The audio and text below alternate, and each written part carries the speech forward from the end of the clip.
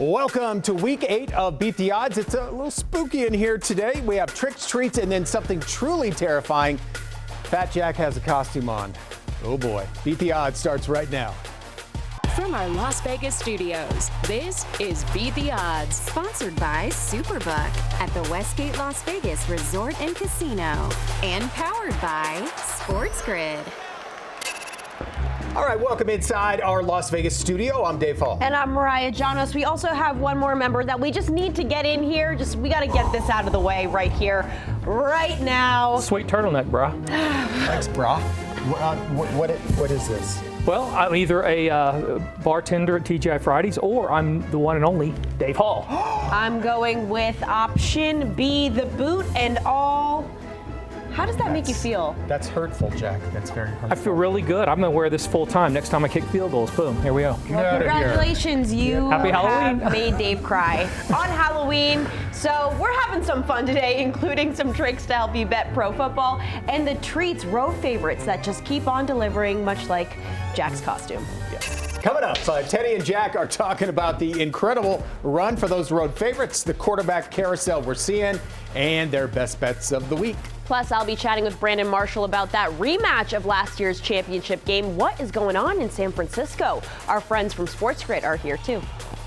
What's up, Vegas? We're excited to beat the odds with you guys once again. Coming up, Joe Lisi and I will look at an awesome debut for Pittsburgh's new starter in Russell Wilson. And in that same game, a disappointing first go at it for New York's new wideout, Devontae Adams. Sit tight. We'll join you in a bit. Back to the crew out in Vegas. I got somewhere you can put that boot, pal. How about my button? Well, that part's too. I love Travis Kelce, too. Love Travis Kelce. Yes, you do. Taylor Swift's got some competition.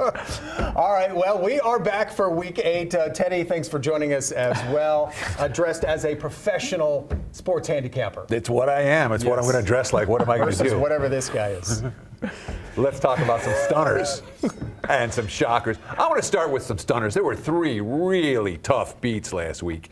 Jacksonville, New England bettors not amused by how that game ended. What happened? 4th down from their own 10-yard line. New England's down multiple scores, and they go for it anyway. They don't get the first down. It was, I think, 4th and 26 from their own 10-yard line. And the Jag punch in 1 easy touchdown. Overs cashed, under bettors not amused. Similar story with Buffalo, Tennessee. Buffalo needed 1 first down. Instead, they're firing away downfield, breaking tackles, punching to the end zone. 34-10 final goes over the number. Bad beat for under bettors. And of course, LA -7. They missed an extra point. They miss a field goal. And then for some reason, Las Vegas down 8 with under 3 to play decides the field goal's the way to go. -7.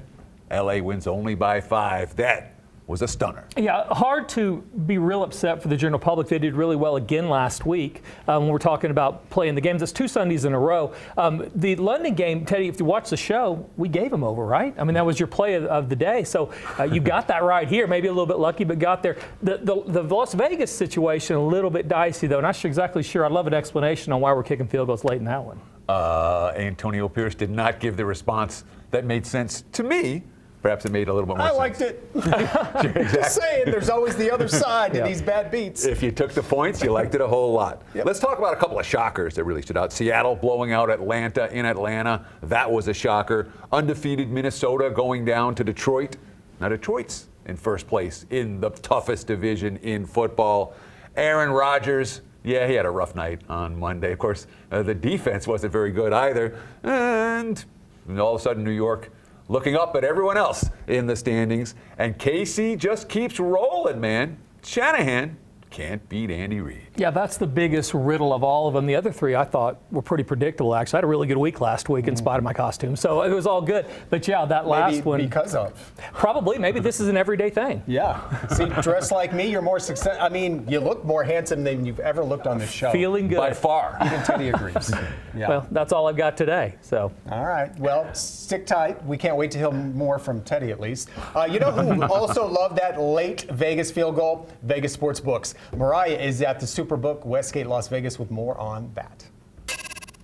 Thanks, Dave. I'm here with Executive Director of Superbook Operations, John Murray. John, long time no see. It's good to see you here. Let's go back to last week. How did you guys do overall in Week 7?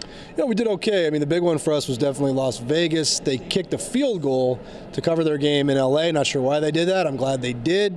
We had a lot of late money come in on San Francisco. And for once, we were sitting back there rooting for Kansas City. They came through. They always come through, right? Don't they always win? Mm-hmm. Those were really good games for us. And Green Bay, they won, but they didn't cover. They won 24-22. They were a 2.5, 3-point favorite. Houston covered. Good result for us. Okay. And some news this week. Tua Tagovailoa is expected to make his return with Miami. How does that factor into the point spread for that game? Oh, big time. You know, Miami's really struggled in his absence. The backup quarterbacks have been, we'll say, disastrous. I think that's fair. And the only reason they're favored this week against a pretty solid Arizona team is because they got Tua back at QB. And looking ahead to this upcoming weekend, any early action you're seeing? Sharp guys are on Jacksonville again. They love to bet on Jacksonville, not sure why. They don't seem to really ever win or cover. They did last week. They're on them again this week against Green Bay. And I'd say Indianapolis as well. Indianapolis, they've been bet down from +6 to +5. They're at Houston. Very critical game in the AFC South. All right, so a couple things to watch there. John, thank you so much. Dave will send it back to you in studio. Thanks, guys. So I do wonder which scary movie icon would be the best quarterback. Leatherface, Pinhead, Michael Myers. I mean, clearly has a good arm, right? It's only Week 8. Some teams may need to call him. See what the QB shuffle means for you bettors. All in on Michael Myers, by the way. But before we head to break, in a revenge game win over New York, Philly running back Saquon Barkley tallied 176 rushing yards, the second most ever by a player appearing against their former team. But which player had more? The answer coming up next. Beat the Odds is sponsored by Superbook Westgate Las Vegas and powered by Sports Grid. Welcome back. Before the break, we asked you, in a revenge game win over New York, Philly running back Saquon Barkley tallied 176 rushing yards, the second most ever by a player appearing against their former team. But which player had more? The answer, Cedric Benson. He rushed for 189 yards with Cincinnati as they destroyed his former team in Chicago by a score of 45-10. Whoa. All right, it's time to welcome in our champ, Brandon Marshall. In Week 7, we saw a rematch of last year's championship game in Kansas City versus San Francisco. It wasn't a great game by either side, but KC prevailed.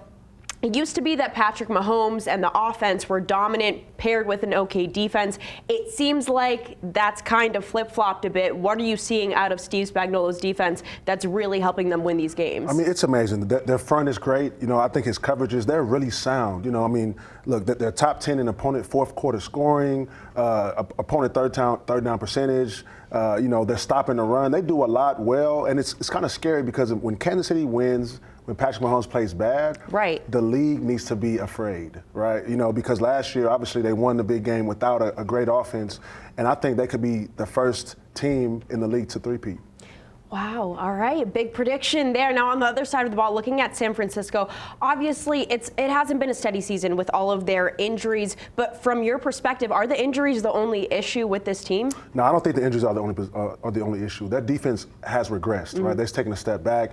They're not playing that San Francisco style of defense that we know and we love, right? You know, yes, they intercepted Patrick Mahomes, but at the end of the day, they're still middle of the pack in everything. They're last on getting off the field, not last, but bottom 5 on getting off the field on third down. So they're not playing the way that they used to play. Their pass rush is so-so. You know, they have a lot to work on if they want to get back to the top of the NFC. They got to get that defense back rolling. Well, after that game, Kyle Shanahan was asked about Brock Purdy and with all the injuries, if he is expected to take on more. Shanahan said no. Some people were like, what?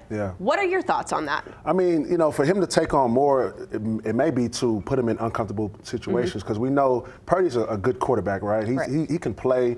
Obviously, he's earned his payday that's coming, but at the end of the day, he's not necessarily a playmaker. I wouldn't even coined him as that, right? The playmakers are Patrick Mahomes, Aaron Rodgers, right? But Brock Purdy is kind of that manager. Even though he's top 5 in passing, he's still more that game manager. He doesn't want him to press and then start making mistakes. And if the team's healthy, it works really perfectly. But as of right now, it's a little bit iffy. But thank you, Brandon, so much. Always appreciate it. All right, road favorites are on a heater right now. Jack has 2 more he likes this week. Jack? Yeah, this time of year, you're really looking for some different trends that we can take advantage of. The turtleneck's following me, by the way. And so you're looking for some trends you can take advantage. Last week we talked about road favorites going 12-0 against the spread. And then last week I gave you a couple of those with Philadelphia and Cincinnati. If you had the G-Men or Cleveland last week, you probably are like, what the hell are we doing about this? So, I mean, it's one of those situations. Well, we can ride that maybe again this week as well. Chicago quietly getting their offense going, a road favorite up to about 3 now in a lot of books. They're playing Washington. Washington's wins, if you look at who they've actually beaten, it has not been a lot of very good teams, and they're kind of regressing back to the mean a little bit. I think we take advantage of that. Chicago getting better offensively each and every week. Look for Washington's offense to struggle against that Chicago defense. Baltimore's the other one. Cleveland couldn't score with Watson. They're going to have a lot of trouble with the backup also. Jameis Winston, I love him, love the pep talks, but not putting a lot of points on the board. This Baltimore team, quietly one of the better offenses in the league out of necessity, as they're averaging about 30 points a game or more over the last month or so. So let's go ahead and lay those points and play Baltimore. See if we can keep that 12-0 against the spread going with these road favorites. Turtleneck's getting a little tight there. It's growing. A little. All right, Teddy, what do you got for us? We got to talk about the quarterback carousel because it has been churning of late. Let's talk about some of the QB changes and what it means from a point spread perspective. The most fascinating one to me is Anthony Richardson versus Joe Flacco in Indy. Flacco is the backup, and the markets say he's the better of the 2 QBs right now. I get it. Indy has to develop for the future. They're not a team that's going to win it all this year. But the betting markets are saying the starter is weaker than the backup. That's not something you see every day. We talk about what's going on in Miami with Tua versus everybody else. Tua's more than a touchdown better than whoever Miami's trotting out there as a second string, fourth string QB. Tua could be back this week. Watch the markets adjust. We got to talk about Danny Dimes and his potentially last chance. The G-Men can get away from this contract if they cut him at the end of the year. They benched him in the 4th quarter last week. That's never a positive sign. Tennessee's got issues. Will Levis versus Mason Rudolph. Levis on the bench right now. Rudolph came in last week, and he looked even worse, which is hard to do for Tennessee. But there's certainly a team struggling regardless of who they have at QB right now, just like Cleveland with Deshaun hurt. And then DTR came in, and he got hurt. Yeah, there are issues for Cleveland moving forward, especially when we consider salary cap implications. They're going to have this same situation next year as well. No short-term fix for Cleveland. And, of course, Las Vegas. They got to go back to Minshew after O'Connell got hurt. From a point spread perspective, no difference between the two. The markets are saying doesn't matter all that much. Quarterback A is bad, quarterback B is bad. And so tough times for Vegas. And Pittsburgh making the move from Justin Fields to Russell Wilson. Wilson, an impressive debut last week. The markets giving Pittsburgh more support than they did earlier with Fields behind center. Well, speaking of Vegas, Kansas City going to be here this weekend after a slow start to his season. Is this the week Patrick Mahomes finally goes off? Here is Sports Grid with more. Kevin Walsh and Joe Lisi taking a look at some of the more underwhelming performances this past week. And can they turn around? Joe, with Patrick Mahomes, we've been asking this for a little bit now. I understand they won again, but he had the lowest passer rating of a game in his career. I think it's okay if we ask, what's going on with Pat? He has 2 games, Kev, with no touchdowns in the passing attack. Did win both of those games. They're undefeated, making plays in the rushing attack, and more importantly, that defense carrying him. But he does have an opportunity this coming weekend against Las Vegas, a team that's beaten down, lost to L.A. and Matt Stafford 20-15. All time against Las Vegas, 10-2 overall. Expect Pat Mahomes to bounce back this weekend. My issue with this is it's certainly a team he could take advantage of. Some of it is his play. Some of it, I don't know if he cares all that much about having the big, gaudy game. And also, I don't know how much of it is in control. You know, you mentioned another game without touchdown passes. Well, you know what he hasn't missed this yet? a game without an interception. Every single game, Joe. It's, again, they are a great team. He is having the worst season of his career.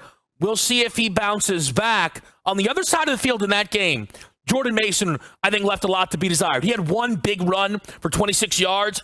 Can't find the end zone, though, right now. It reminds me of Tony Pollard last year in Dallas. Loads of opportunities. He's not cashing in. No, he's not, but he has an opportunity this weekend against Dallas, a beaten-down Dallas defense. They do come off a bye. Last time they played was against Jared Goff in Detroit. Lost that matchup 47-9. But both of those running backs, David Montgomery and Jahmyr Gibbs, made plays. Expect Jordan Mason to bounce back in a big way. 2 weeks ago, San Francisco had the fourth-best rushing offense in the NFL. I expect it to continue with Jordan Mason this weekend. Joe, what about Davante Adams landing in New York, targeted 9 times, 3 grabs, 30 yards?